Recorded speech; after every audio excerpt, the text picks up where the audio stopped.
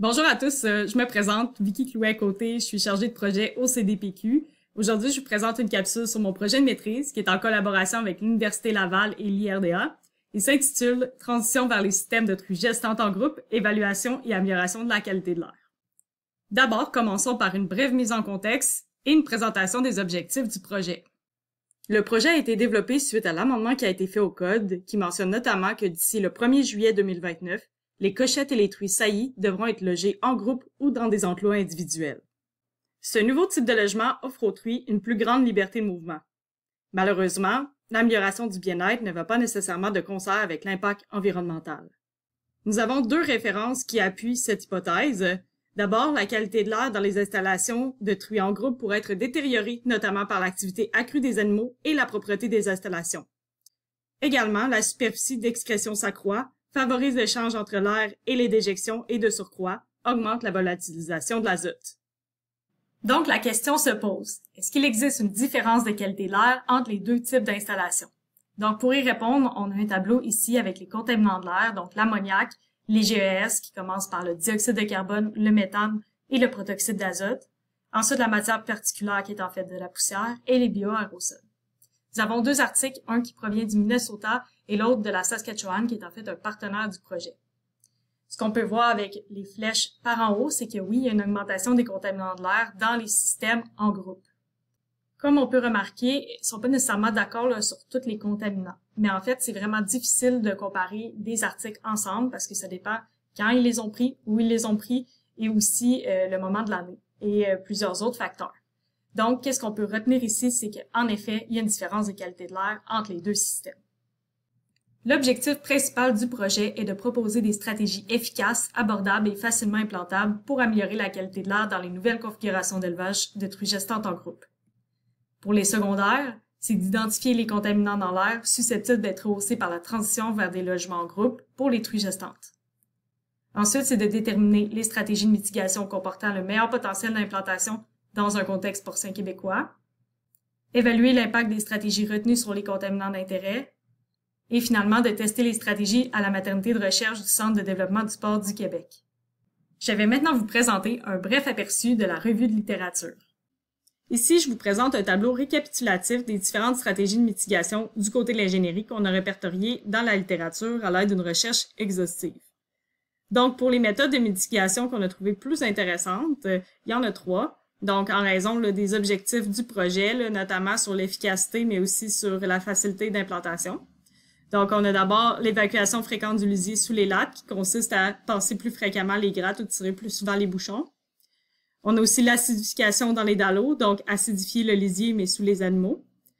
On a aussi l'aspersion d'huile végétale et d'eau, qui consiste à, dans le fond, utiliser les gicleurs, puis asperger un mélange d'huile et d'eau. Pour faire la sélection des méthodes de mitigation, nous avons fait appel à un panel d'experts expertes. Brièvement sur le déroulement du panel, d'abord, on a envoyé un sondage avec les informations nécessaires pour que les experts puissent évaluer les méthodes de mitigation de façon individuelle. On a montré les résultats du sondage de façon pondérée et non pondérée lors des discussions. Donc, pour vous donner un exemple ici, on avait les trois méthodes qu'on a mis de l'avant. C'est l'évacuation fréquente du lisier qui était la plus populaire auprès des experts. Ça a lancé des discussions. Donc, ici à gauche, vous voyez les professions des différents intervenantes qui étaient présents pour le panel. Puis, on a mis un contaminant de l'avant qui est l'ammoniac. Pourquoi? C'est parce qu'il est d'origine agricole à 93%. Et aussi, c'est un gaz dans l'air qui peut être nocif pour la santé des travailleurs-travailleuses, mais aussi des animaux. Donc, oui, on a mis l'ammoniac de l'avant, mais on n'a pas oublié le GES et poussière. Il y a eu un choix des stratégies, donc ils se sont posés sur le retrait fréquent du lisier et la baisse de température de la salle, qui est une nouvelle technique qui a été amenée par un expert. Donc, pourquoi ces deux techniques-là? C'est parce que, premièrement, elles sont à faible coût. Aussi, ils travaillent sur l'ammoniac, puis ils sont faciles à implanter dans les fermes. Pour approfondir nos connaissances sur les deux méthodes, nous avons décidé de poursuivre avec une méta-analyse. Donc, la stratégie de recherche, elle s'est faite en équipe. On a développé des critères d'exclusion pour affiner notre recherche. Puis, on a fait aussi une stratégie de recherche par mots-clés pour questionner les banques de données. Pour vous montrer un peu notre méthodologie, donc d'abord, on a questionné 4 bases de données pour 651 articles. On a utilisé le logiciel Covidence pour nous aider à repérer des doublons et faire la sélection des articles. On a analysé les titres de 550 articles pour terminer avec 27 articles qu'on a lus. Puis ensuite, on en a exclu 13. Donc, on a terminé avec 14 articles, 9 du retrait fréquent du lisier et 5 de la réduction de la température de la salle. À partir des 14 articles, on a été en mesure de faire une base de données pour ensuite faire nos analyses statistiques. Avant de poursuivre, il est important de mentionner qu'aucun article n'est spécifique à la truie. En effet, pour les deux méthodes, ce sont des stratégies qui ont été testées chez le porc en engraissement et dans certains cas en pouponnière. La première étape qu'on a réalisée pour observer les données provenant des articles est de mettre les émissions d'ammoniac en pourcentage. Donc, pour ce faire, on a comparé avec les témoins qu'on a mis à 0%. Puis, comme vous pouvez voir sur les deux graphiques, l'axe des Y, quand c'est positif, ici, on a une augmentation des émissions d'ammoniac et lorsque c'est négatif, on a une réduction des émissions d'ammoniac. Même chose de ce côté-ci. Lorsqu'on regarde les deux graphiques, on peut émettre comme hypothèse que la fréquence d'évacuation semble plus efficace que la baisse de température. Ensuite, une autre chose qu'on peut observer, c'est qu'on a beaucoup de traitements pour chacune des techniques. En observant ces données, on a été en mesure de voir que le retrait du lisier de 2 à 3 fois par semaine semblait le plus efficace.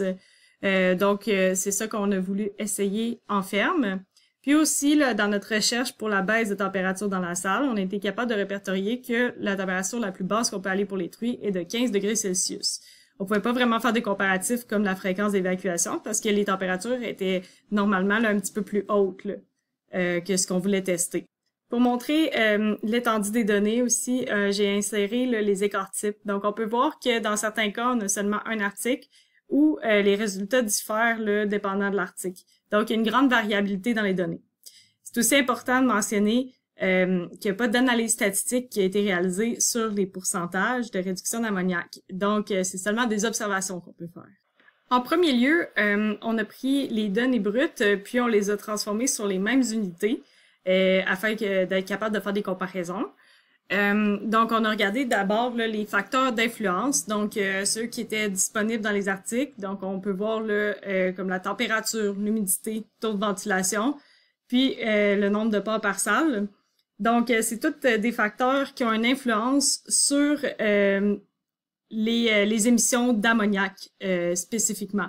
On n'a pas pu le faire sur les autres gaz parce qu'on n'avait pas assez de données de ce côté-là. Ensuite, bien sûr, on voulait voir l'effet des méthodes de mitigation sur les émissions de gaz. Donc, vous pouvez voir ici, en vert, c'est la première méthode, donc fréquence d'évacuation du lisier. Puis ensuite, en jaune, température de la salle. Donc, comment ça fonctionne? C'est que, dans le fond, on a fait une analyse pour savoir si la technique, elle avait un impact sur les émissions de ces gaz-là, avec comme covariable le témoin. Donc, comme on peut voir avec les valeurs de P, c'est que toutes les valeurs sont significatives. Donc, les techniques ont des impacts sur les émissions de gaz, de l'ammoniac, mais aussi des GES. Malgré que les deux méthodes aient une influence positive sur les émissions des gaz en raison des tests statistiques qui sont significatifs, il faut garder en tête que le nombre de degrés de liberté va amener de la robustesse. Donc, certains gaz, par exemple ici, à 7, vont avoir une plus grande variabilité, donc moins robustes. Donc, par la suite, on a fait un essai exploratoire dans la salle de gestation en groupe au CDPQ. L'essai exploratoire a été réalisé durant l'hiver 2024. On a choisi l'hiver parce que c'est à ce moment-là que les concentrations de gaz sont les plus hautes en raison des débits réduits de ventilation. Donc, on est en mesure de faire 4 traitements. D'abord, le témoin, qui sont les pratiques usuelles de la ferme, donc une salle à 17 degrés Celsius, puis le retrait du lisier une fois par semaine. Ensuite, on a un traitement froid, donc une baisse de la température de la salle à 15 degrés Celsius. Comme troisième traitement, une augmentation de la fréquence, donc on maintient le 17 degrés Celsius, mais on retire le lisier 2 fois par semaine. Puis, comme quatrième traitement, une combinaison des techniques, voir s'il y avait une synergie, donc une salle à 15 degrés Celsius, puis des bouchons qui ont été tirés 2 fois par semaine. Dans la salle de gestation en groupe, il y a des bouchons pour retirer le lisier, mais aussi des grattes qui sont présentes. Et peu importe le traitement, les grattes sont parties à l'heure du dîner du lundi au vendredi. Les échantillons de gaz ont été pris à l'aide d'un FTIR en AM et en PM pour 3 minutes pour 7 points. Les poussières, quant à elles, c'est avec un DOSTRAC en AM pour 2 points, 10 minutes chaque. Chaque traitement a duré 2 semaines avec 3 prises de données par semaine. La salle unique de gestation en groupe peut accueillir jusqu'à 405 truies. Elle est composée de 6 grands groupes et peut contenir 3 bandes. Des parcs malades sont aussi présents à la gauche. 2 points centraux ont été sélectionnés pour l'échantillonnage de poussière et de gaz. Ensuite, les 5 cheminées d'extraction ont été échantillonnées pour les gaz. Les 3 entrées d'air ont également été échantillonnées afin d'avoir les concentrations de gaz à l'extérieur et calculer nos émissions par la suite. À présent, regardons les résultats de l'essai. Donc, on est dans un essai exploratoire, ce qui veut dire que nous sommes à la recherche d'hypothèses et de tendances, voir qu'est-ce qui se passe avec les données brutes dans le but de poursuivre les recherches dans ce sens. Un petit rappel, seulement des articles chez le porcelet et le porc en croissance ont été répertoriés pour ces 2 méthodes de mitigation. Cela veut dire que cette étude est un premier pas pour bonifier les recherches futures. C'est pour cette raison qu'il faut faire l'analyse par étapes et de façon entonnoir.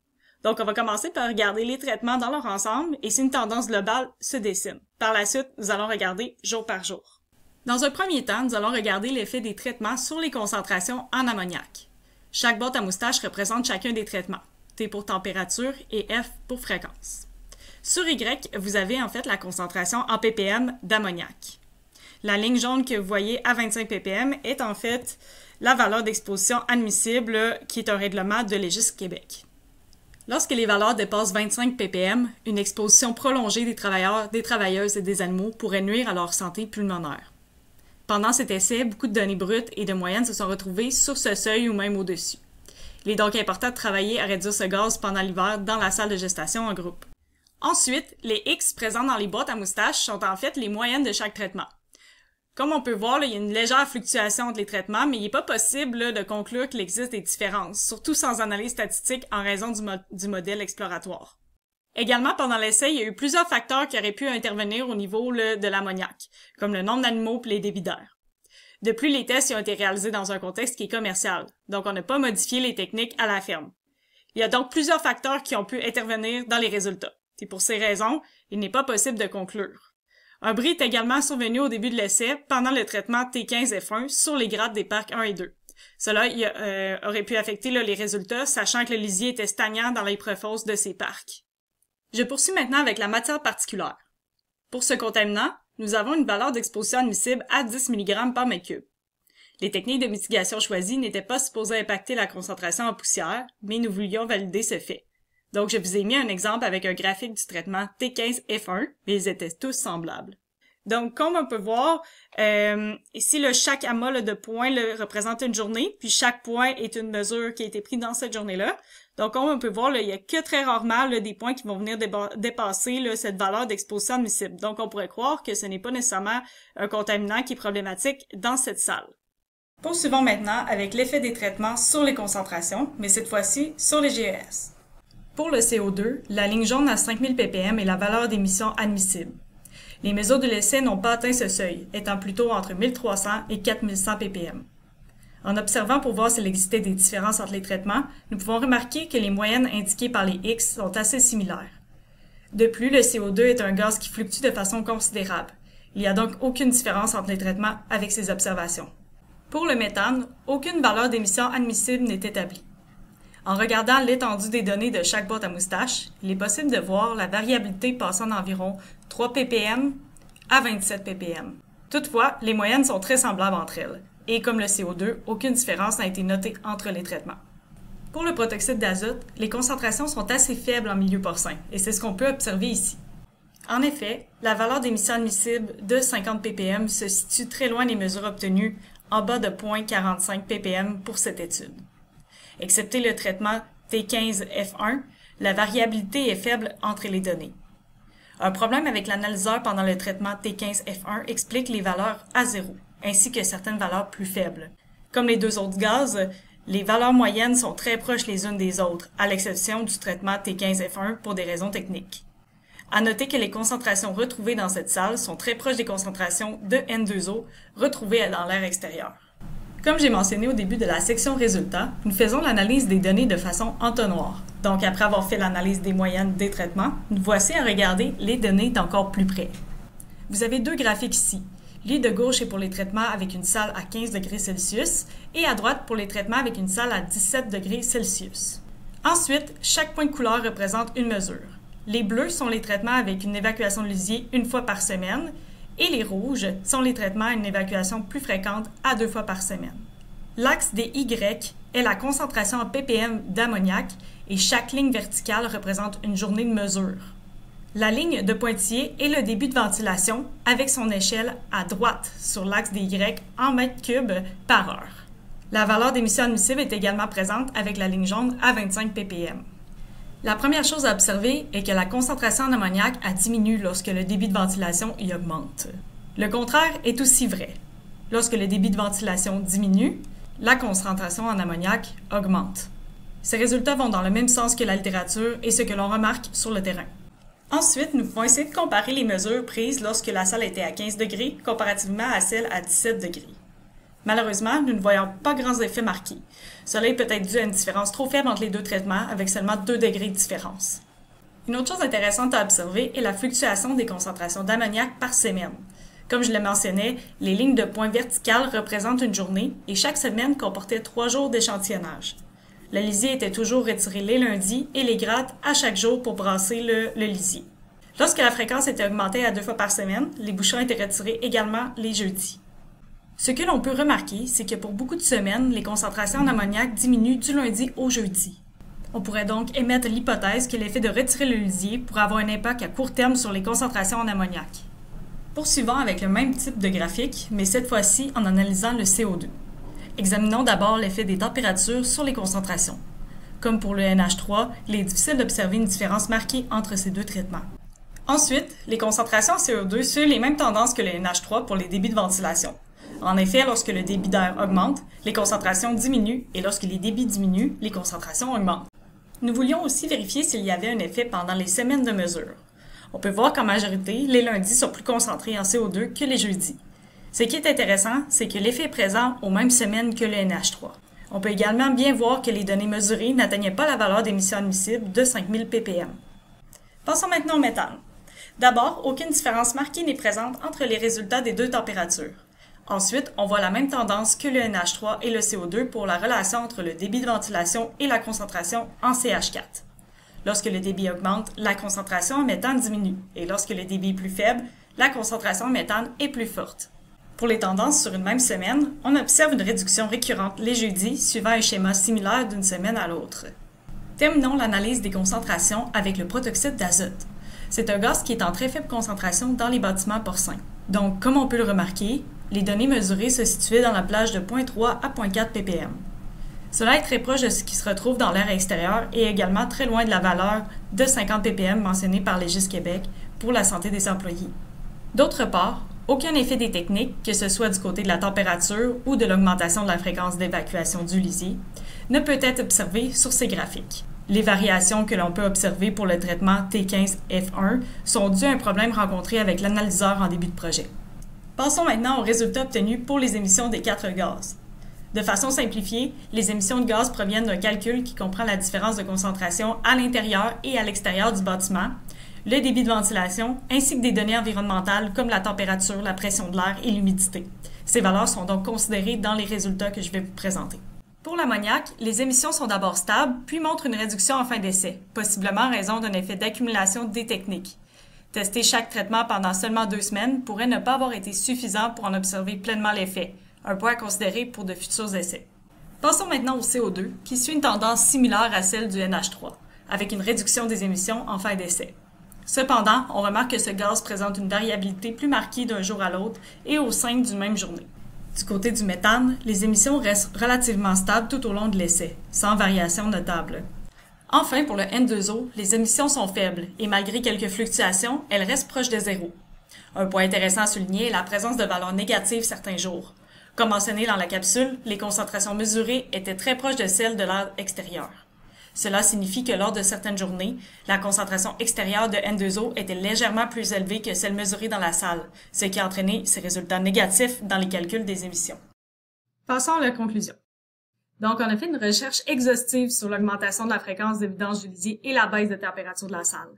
À l'aide d'une méta-analyse, on était en mesure de voir que c'était des techniques qui fonctionnaient chez le porc en engraissement, mais qu'aucun article n'était disponible chez la truie. Ça reste des études qui avaient une grande variation du côté méthodologique, mais aussi du côté des résultats.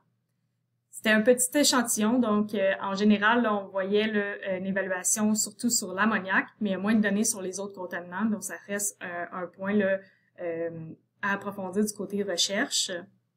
Puis, ça semble quand même transmissible chez la truie gestante en groupe parce qu'on a vu là, des tendances. Donc, ce serait vraiment à approfondir.